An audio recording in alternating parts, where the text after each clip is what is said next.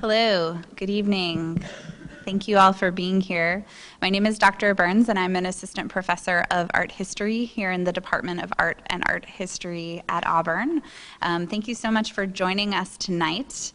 Every now and again, art historians get opportunities, and what you're going to hear about tonight is absolutely a dream opportunity. About a year ago, I talked with the curator of education here, Scott Bishop, about the possibility of allowing students the opportunity to curate in the galleries. And she kindly spearheaded a project to allow students in my upper-level art history classes to do just that. And working very closely with curator Dennis Harper, also with registrar Danielle Funderburk. And we're so grateful for the opportunities that arose this semester in the Art of the U.S. class, which covers the art of the United States from the colonial period to the late 20th centuries. I also just want to thank some of the other staff at the museum who have helped facilitate all of this. Of course, Director Marilyn Laufer, Janet and Amber, who worked with the students to design the rack card that you'll find in the gallery. Also the preparators, Todd and Chris, who got together all of the objects and prepared them for installation and actually did the installation. I also want to thank the students who are all lined up here on the row on the left, who co-curated this exhibition project.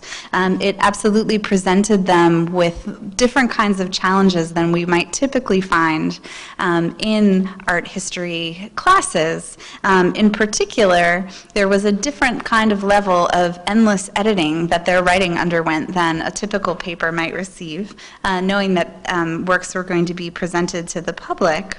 And also, the students picked the topics for their exhibitions out of looking at the collection catalog. And the collections in 19th and 20th century American art at the Jewel Collins Smith Museum are quite rich and deep. And so by combing through the collections, it was the students who came up with the themes for their projects.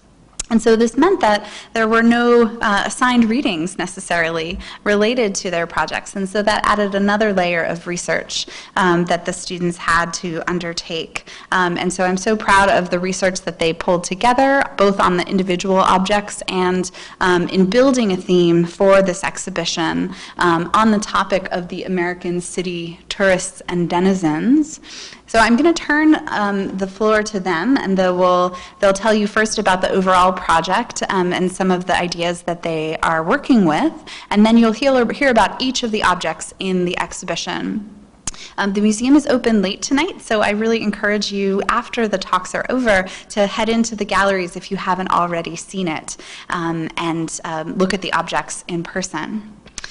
So with that, I'm going to turn things over to the student curators to tell you about their project. Thank you all again for being here.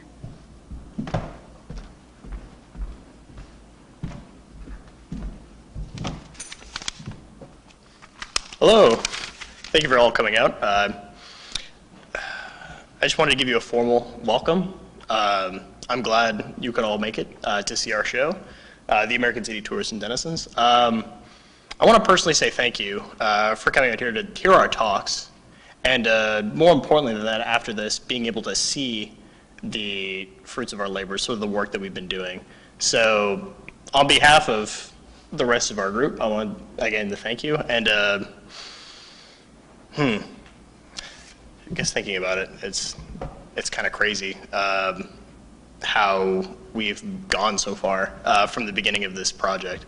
I kind of want to start off this evening pulling off a quote from the exhibition's rack card. In both romantic and realist views of the American city, art links U.S. identity with urban life and tourism. The American City Tourists and Denizens brings together a multiplicity of perspectives, lifestyles, backgrounds, and classes that function together to navigate an ever-changing urban environment. And that's really the biggest thing we wanted to focus on in creating this this exhibit in whole. We had always been moving around with this idea of the American landscape as an identity for the United States.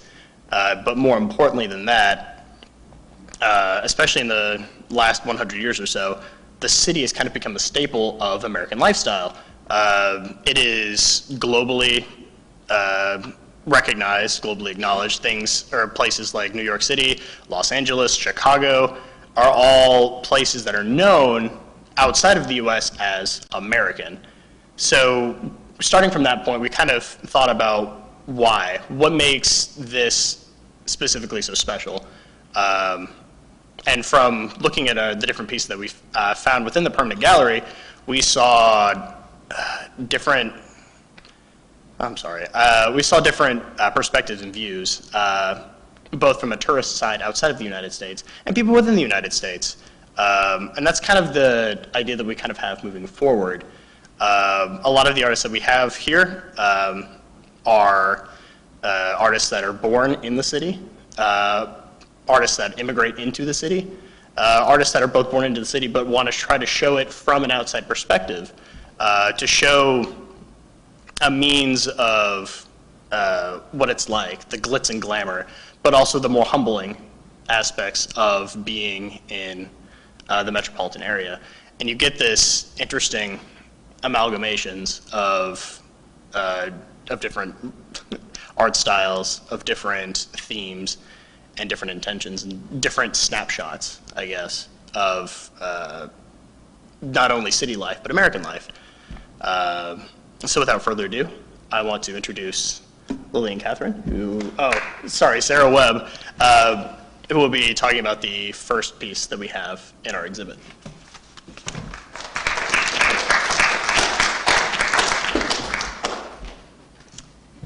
Good evening, my name is Sarah Webb, and I'm an art history major from Enterprise, Alabama. And like Matt was saying, this exhibition takes a critical look at the American city in the modern era. And what we discovered is that representations of the American city fall into two categories: the perspective of the outsider, or the tourist, and the perspective of the insider, or the denizen. These two perspectives often result in very different images of the city.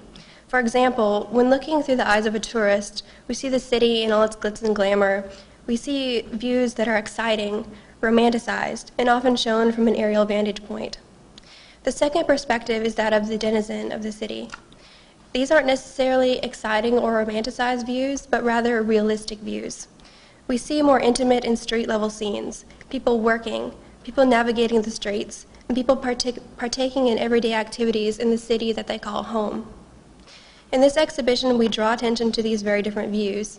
We begin with the very romanticized views of the tourist, and throughout the exhibition, we transition to more intimate and insider works of the denizen. So our first work, Passing Storm by Martin Lewis, is a very dramatic, romanticized vista of skyscrapers from afar. It's almost as if you're coming into the city by boat, and you're taking in all the new sights and smells and sounds. Martin Lewis is known for his careful manipulation of values in his prints, which seem so much to entrap our senses. Looking at this print, it's so easy to imagine being in the scene, feeling the water's mist and hearing the crashing waves and clap of thunder. In his ability to encapture our senses, he has been admiringly called the master psychologist of the megalopolis. Martin Lewis lived in New York City and would make sketches of scenes or moments he observed, and then return to his studio where he would transform his drawings into detailed prints in mezzotint. Mezzotint was the first tonal method of printing developed, which instead of using techniques such as hatching or cross-hatching, imprinted values through thousands of tiny dots on a metal plate. And as a result, the artist is able to achieve a very smooth, rich transitions of value. And as you can see here, this piece has particularly strong values in light and dark that give it an urgency of time and movement. And now I'll turn it over to Sharon.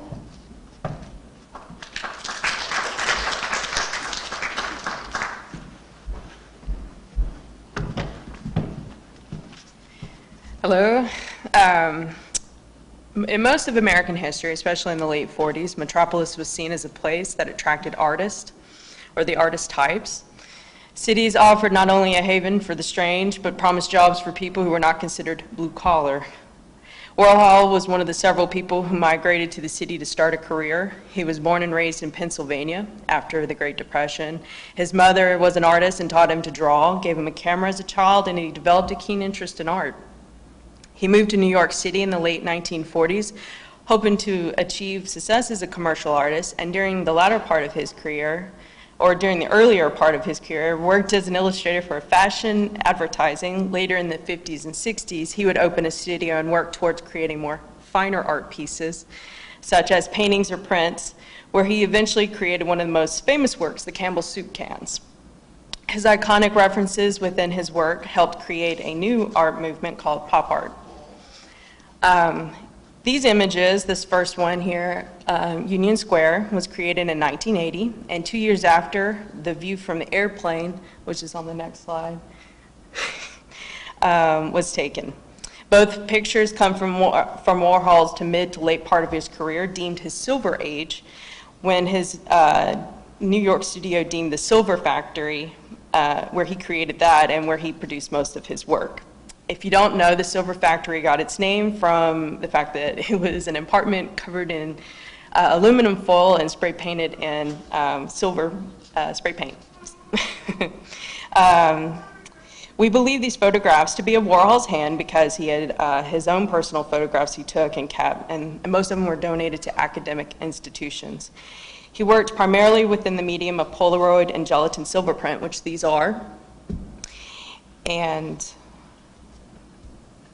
according to Warhol Foundation, these photographs were used as a basis of his paintings, drawings, or prints, but it is well known that Warhol was an avid collector of antiques and other objects. He also kept records of himself that he wrote, journaling each day of his career, starting in 1970s. Some speculate that he used the photographs, or so-called documents, the time he lived in. However, photographs like paintings and other forms of art are merely constructs of reality based on the artist. In this case, when these photographs were taken, especially the first photograph in Union Square, where his studio was located, was within the time of his career that was recovering after a near-fatal gunshot wound. He had took a step back from a celebrity lifestyle. Notably, his fame wasn't at his peak, and this is the post-glory of his Brillo sculptures and Marilyn prints. And he kind of turned back to his roots, so to speak, and explored the mediums of photography and video. Ironically, despite what these photographs reveal, they were taken during New York City's most dangerous and darkest era. There were blackouts recorded in 1977 and 1982, graffiti everywhere on taxi cars, houses, you name it. Criminal activity was at its peak. AIDS was declared an epidemic at this time. And the world at the time in the city was, even though there were class strain with rich and poor, everyone kind of stuck together in their own misery, so to speak, as White, a writer of the New York Times, described.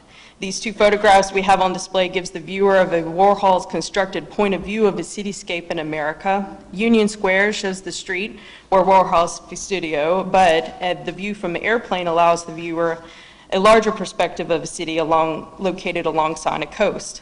One view is more specific, revealing a certain place within a certain time. However, the second only gives a glimpse of a place, fleeting moment caught for a moment in a plane. Union Square depicts a bustling street full of cars and people passing to and fro from the perspective of someone standing perhaps in a building and from a window in the square. It feels excluded and perhaps isolating because you're only witnessing the moment, but nowhere involved in it. The people's faces are not emphasized. What is emphasized are the tall buildings and busy atmosphere of the street. The second image, the view of the plane, is more accurately described as a bird's eye perspective. Although the location of the image is unknown, and although being a part of America like Union Square, there's an isolating feeling in this work, one can argue, because there's an apparent separation of buildings being shown below in the viewer's activity or connection with them.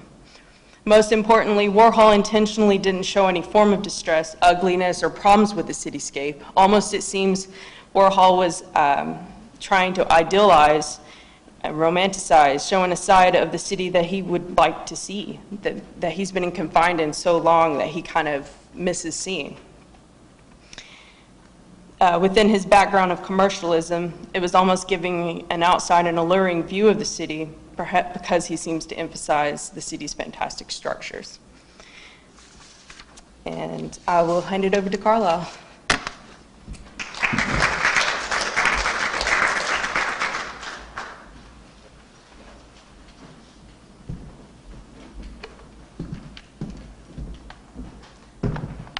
Hello, my name is Carlisle. I'm a graphic design student here at Auburn University. And the piece I had was the Yvonne Jacquet motion picture Times Square. And she is American born. She's born in Connecticut. And sorry, I'm gonna let him do the background of Yvonne Jacquet. Oh, sorry. No, it's fine. I did a bit of research on Jacquet while I was doing this, and I found it kind of interesting. She's born in the city. Just a little bit of a precursor. She's born December 15th, 1934 in Pittsburgh, Pennsylvania, but she was raised in Connecticut. So she's in and around the city all of her life, and she kind of devotes her life work to this sort of practice, this sort of study of the city from an outsider's perspective. She's introduced to New York City in the early 50s, and from there, a lot of her influence is sort of drawn, it's expanded on, and she sort of plays with this idea of depicting landscapes in many different graphic, really bright forms. In 1974, she gets up and personal with the city itself and starts working within empty office spaces. Most notably, in her 30 or so years that she's working, she's renting out empty office spaces in the Empire State Building, even the World Trade Center, and she's painting these aerial views of New York City. And this idea of painting the city kind of expands beyond New York itself. It goes into other famous cities around the US, San Francisco, Chicago, Minneapolis, Philadelphia even, to name a few, and then outside cities as she begins to migrate outside of her homeland, places like Vancouver, she's really tied to, as well as Tokyo. As far as the piece itself, you kind of get this idea that it is an aerial view. It's looking directly down from an office building. It fits in within the time frame of her paintings within this outside perspective, 1989, 1990. And she's sort of capturing these outside views compositionally. If you want to take over on this end. All right, yeah, so she painted this, or she did this piece when she came back from her visit to Tokyo. And she was really inspired by the neon lights that she saw there. So she wanted to capture the quick feel of the city nightlife through the color and line motion. She contrasts vivid colors with olive undertones, which bring the city night to life.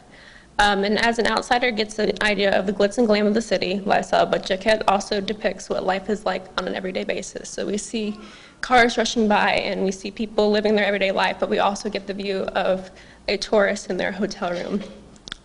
Her aerial view of Times Square is an excellent representation of her exhibition, The American City, Tourists and Denizens, because she is visiting this, but she's also depicting life every day. So yeah, thank you.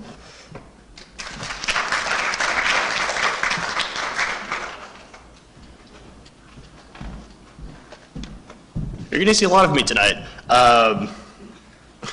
Guess this is a good time as any to give an introduction. I'm Matthew Baumgart. I'm a graphic design student here at Auburn University. And I'm going to talk to you about John Sloan. We're dialing it back here. At this point of the exhibition, we're showing outside views of the city. We're showing these grandiose depictions. Buildings are of the focus. Everything's kind of anonymous. Sloan, however, kind of takes a really interesting approach to the city, and it kind of devotes his life work to showing the working class in their most humblest state. Just a little bio about the artist. He was born in 1871 to a salesman and a teacher. Because his father was usually out trying to make money for his family, his mother was the main caretaker and educator of Sloan, and she allowed him and his siblings kind of this free reign of discovering whatever it is that they would want to, and Sloan was drawn to art. Though he didn't really have much of a background or a formal background in artistry, he got a start through calendar designing. He did a lot of more informal, fun stuff that you would see in newspapers. He did, I think most notably, he did comic puzzles. illustrations and things like that. And he got a lot of praise for it. However, after marrying his wife in 1904, or 1901, I'm sorry, he then decides to move with her to New York City in 1904, where he really begins this kind of work. Now, Night Windows is part of a series that's happening around 1905 to 1910, where Sloan is focusing specifically on citizens, the working class of New York City. Here at Night Windows specifically, you see something, or you see an image that you wouldn't usually see in something public as it is, and that's women hanging up their laundry, getting ready for bed in their most intimate state, especially for the early 20th century. If you look up in the far left, you see a very suspicious-looking man standing up, or sitting up, thank you, gazing upon these women, and you get from this voyeuristic perspective that this man shouldn't be doing this. This is very inappropriate, it's very wrong. However, as the viewer, we're the voyeur of him looking upon these women, so you kind of get this idea of, am I calling this man out for the bad things that he's doing, or am I the same as this voyeur in that I am also trying to get in a glimpse of these women? As an etching, this was mass-produced. In fact, this piece itself is available public access. So for reproduction purposes, if you're interested in Night Windows or any of Sloan's other etchings, I would definitely recommend checking them out. They're all incredible, especially for somebody who wasn't formally trained. And Sloan would continue this sort of work outside of the 20th century. He would then, from here, start to get into more activist sort of roles. Most notably, he would come to represent the Native American people in terms of giving them a voice in their art and their artwork, in explaining, or in sort of defining them as American artists. So in a way, it's almost kind of a crime not to include him in an exhibition on things that are wholly American, because he kind of represents America and all of its working parts. Thank you.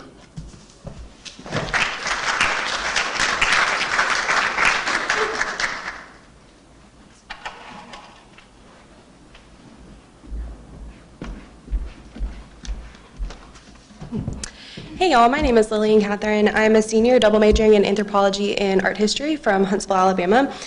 And it's works like this that kind of drew me into both of those majors, and it's through both of my majors that I kind of look at the intersection between who the artist is and how he came to create an image like this. So this artist's name is Gregorio Prestopino. He was born in the Lower East Side of New York at the turn of the century. And he's understood as a social realist for the bulk of his career because of his sensory depictions of city life. This style is characterized by the artist's devotion to depicting the working class or the poor in their daily life, not necessarily doing leisure activities. Artists who can be categorized as a social realist are also critical of the rigidity of the societal structure that forces them to remain at those statuses through their works. So Prestopino was born in Little Italy. No shock, his parents are Italian immigrants. And like many of the children in his situation, he didn't complete school. He only went until he was about 14 or so. After that, he left home and he moved into what's called a settlement house, and that's where he became familiar with the arts and really learned about painting in the first place. It was there he met someone who helped him get a scholarship to study at the National Academy of Design, and academically he focused mostly on the Ashcan School. Later in his career, he was associated with the New York Figurative Expressionist movement, and towards the end of his life, he became an abstract painter, which you're kind of seeing the beginnings of here. This is an example of one of his earlier pieces, one that's clearly inspired by the dark and dusky hues of the Ashcan School. So Prestopino is featured in over 20 museums across the country, including here, but also in several museums across New York City, as that is where he spent the majority of his career and most of his life. So in this work, Donkey Engine, he expresses the notion of class division by emphasizing the docks and the workers of the Lower East Side, irreplaceable for the city's day-to-day functions, yet also often tucked away as not to dull the sparkle and glamour of urban life. Through this work, the viewer can be transported into the scene and surrounded by the smothering warm steam from the engine and the screeching, grinding sound from the wheels on the tracks. The white ground supporting the tracks, kind of at the bottom left corner over here, you can see it, play up this idea of wintertime, making the dark sky and the city feel even more distant. The perceived cold of this day is punctuated by the steam the engine is adding kind of every now and again, and it helps the viewer as well as the person who is looking at this scene in the picture plane kind of experience what's going on here. You can almost smell the haze that's surrounding this engine as the workers are jumping from car to car off and on the track. It is this haze that softens the background where the city is nothing more than a dusty glaucous purple color with hints of a fulvous yellow and city black here in the top right corner. This gives just a little outline to the buildings and the river that that are the more crowded parts of the city. The warmer tones in the background haloed the city, making it feel warmer, more inviting, more accepting, while creating a cold and distant foreground. This painting communicates the cyclical nature of a day in the city life by the round composition and the spinning pistons around wheels pulling a once proud invention to halt in the foreground of a train yard.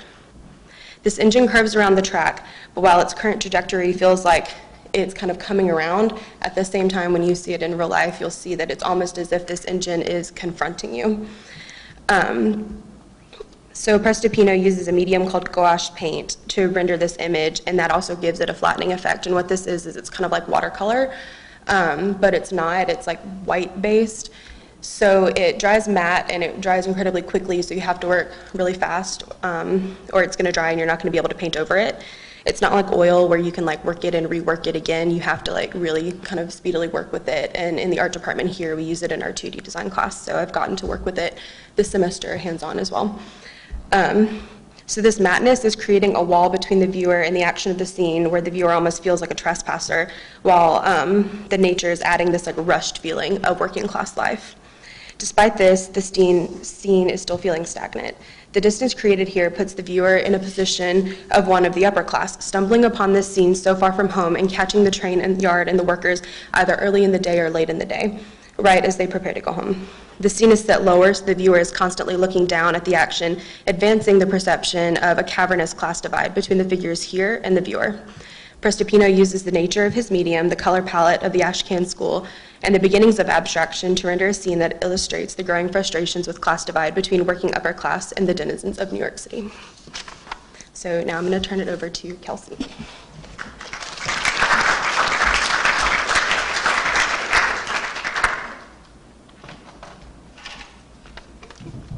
Hi, my name is Kelsey King. I'm a graphic design student, and I'm going to talk a little bit about William Castellana's Boys on Bicycle. William Castellana is a photographer based in New York, and his work focuses on the Satmar Hasidic community in Williamsburg, Brooklyn. And Boys on Bicycle kind of captures members of the Hasidic community and their everyday lives navigating the streets of New York. And this is just one example of the diversity of urban population in America's modern era.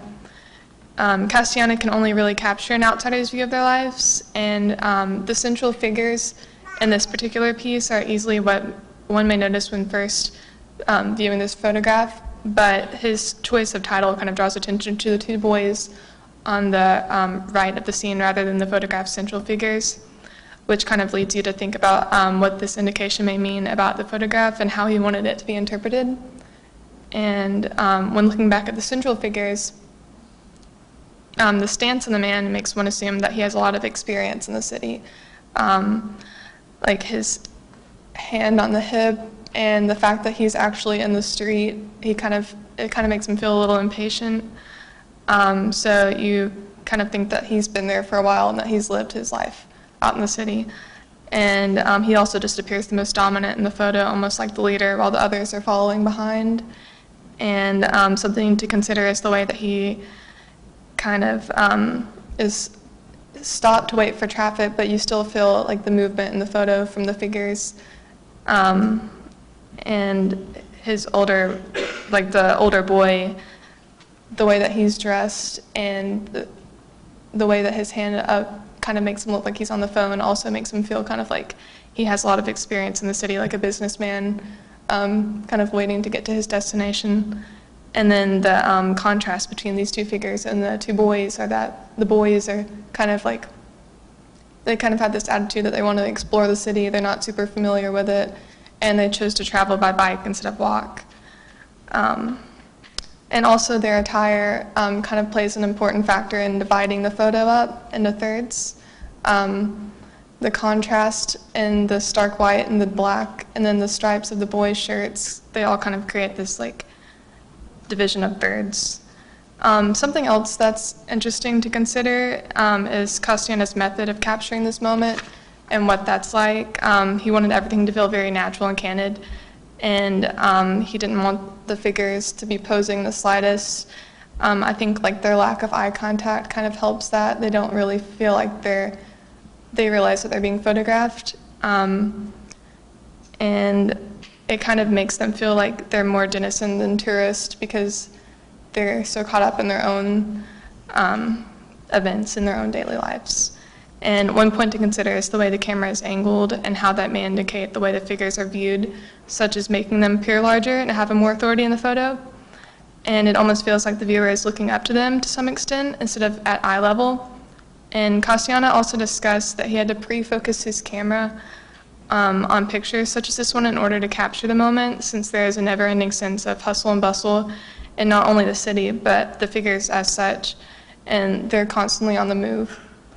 And these memories don't stop for him to photograph, and he didn't necessarily want them to. So Castellana, he had stated in an interview that he didn't have a viewfinder on his digital camera, and he was very limited to really knowing what the outcome would be like. So he was basically given only a matter of seconds to capture a particular moment, and with figures on the move, like he had to use his reflexes quickly, while also remaining kind of subtle with the way that he held his camera. And while the figures physically stand out among their environment, such as a tourist would, one senses that they kind of feel at home in the city and that with time they understand it. And he was particularly interested in bringing light to this community because it's remained unchanged for decades.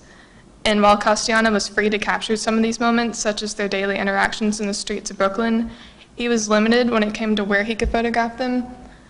Such as like sacred places like synagogues and some of their businesses he wasn't allowed to enter, so he kind of had to like not necessarily follow them but just kind of catch them when they're on the streets.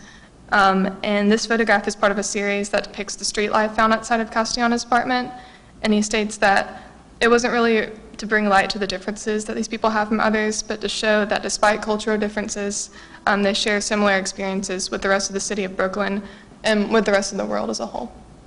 Thank you.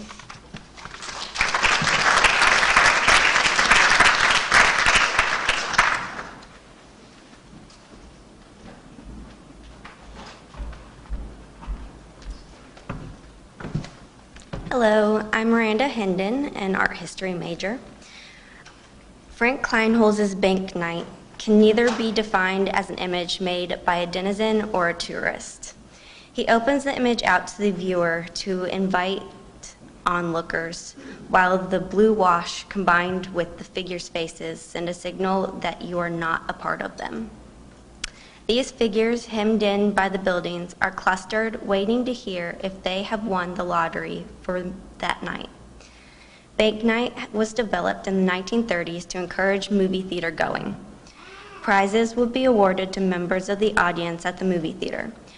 In order to enter, one would write their name in a journal opposite a number, which would later be drawn out of a large drum. Then, on Bank Night, a number would be drawn for every $500 increment of the jackpot, which would be given to the winner immediately in cash. This amounted to pretty much just being an evasion of lottery laws and was sold to the theaters by a booking agent, Charles Yeager. Kleinholz was a surveyor of the city. He considered himself to be a friendly wanderer and traveled to many cities throughout his career. He was born in Brooklyn in 1901, attended college in Maine, and earned his law degree in New York. Finally, in 1939, he won a competition for a scholarship to attend the American Art School. Kleinholz later resided in Florida, continuing his travels to big cities to capture a linear perspective of the city after living in so many different places. Thank you.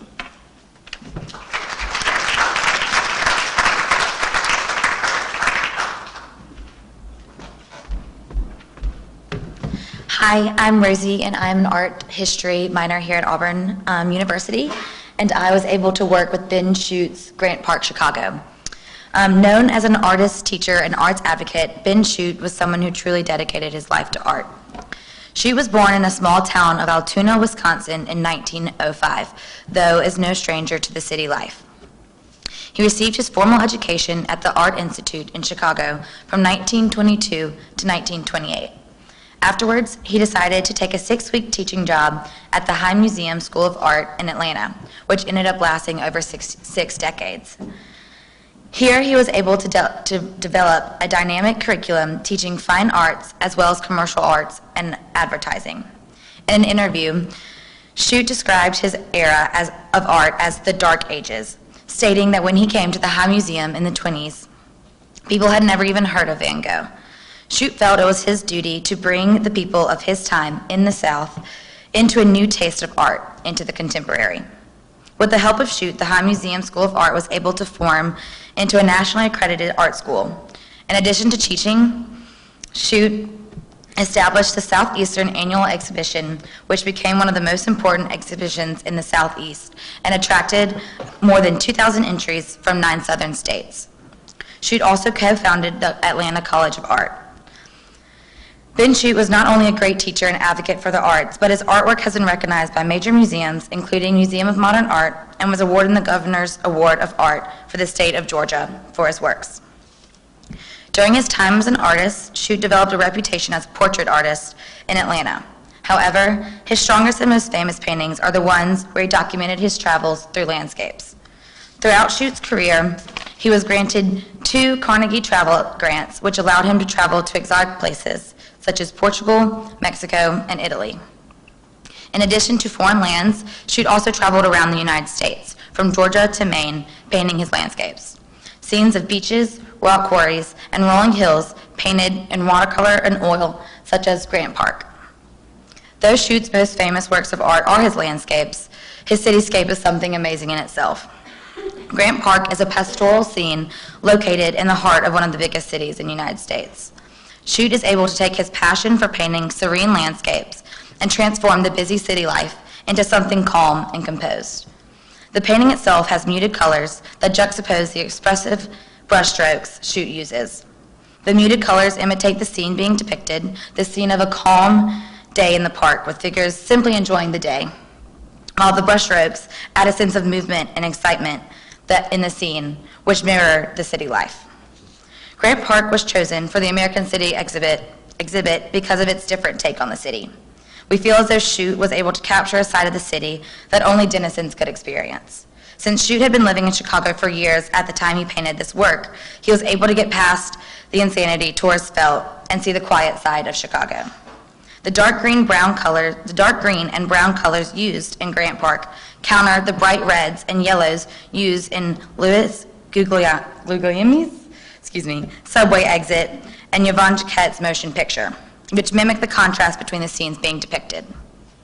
In both Guglielmi's and Jacquet's artworks, there's a sense of motion and urgency. However, in Schuet's piece, it's calmer and quieter. The relations that these have are the city life and the city scenes. However, it just shows the complexity and the differences between the American city experience.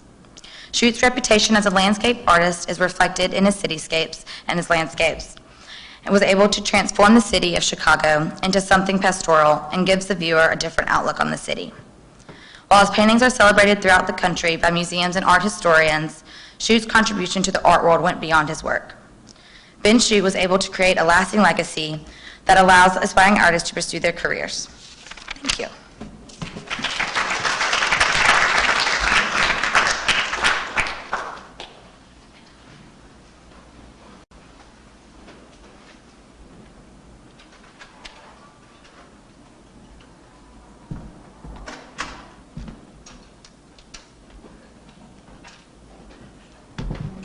Hello, I'm Meredith and I'm an art history student here at Auburn University, and our very last painting in our exhibition is Subway Exit by Louis Guglielmi.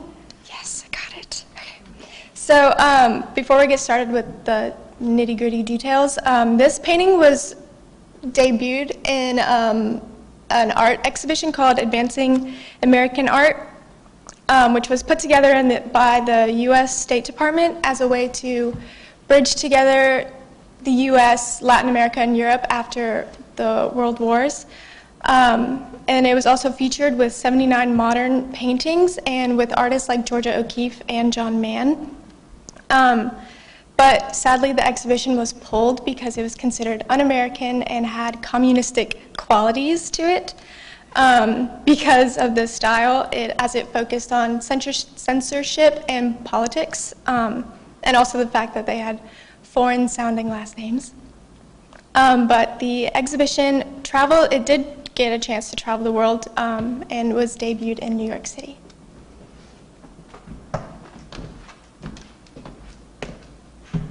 Hi, my name is Casey Wilson. I'm an art major from Atlanta, and I'm also the last student curator that you'll be hearing from tonight.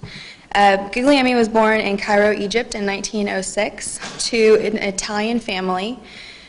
He was considered an American artist, though, because at 8 years old, he moved to Harlem, New York, and began his life as an artist. Because he was raised in so many different cultural circles, he was aware of many changing and diverse urban landscapes. So naturally, the subject of many of his paintings were expressing those diversities. There were a lot of harsh realities because of after the Great Depression and in post-war cultures, especially for those immigrating, such as him and his family. That kind of gave him a natural place in our exhibition, as well as the American art exhibition that Meredith had talked about. So, diving into the details of this piece, there are primary colors which kind of express the newness of the immigrant looking at the city. Although this is considered a denizen work of art, because it is someone who lives in the city, there is definitely a new element that you can feel kind of by the primary colors, as I said. The surrealist nature of the figures have kind of a mechanical, rigid, and fractured feeling to them, giving them nervous and frantic, almost terrified feeling. The faces in the figures have expressionless, somewhat awestruck a feeling about them, and the lack of eye contact with the viewer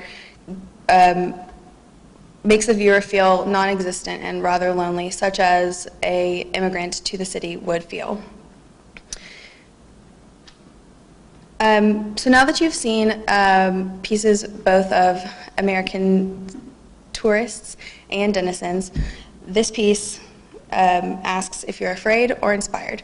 So thank you very much for coming, and we invite you to go check out the exhibition in the space. Thank you so much.